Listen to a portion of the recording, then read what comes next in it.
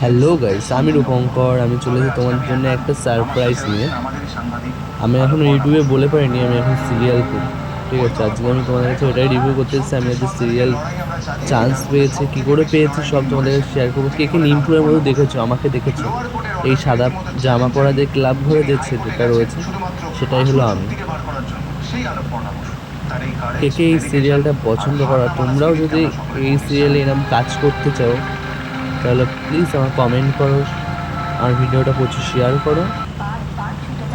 ঠিক আছে, আর কেমন লাগছে আমার অভিনয় সেটাই তোমরা সবাই আমাকে বলো। আর আমার ভিডিওটা তোমাদের কেমন লাগে প্লিজ কমেন্ট করো। চলো টাটা।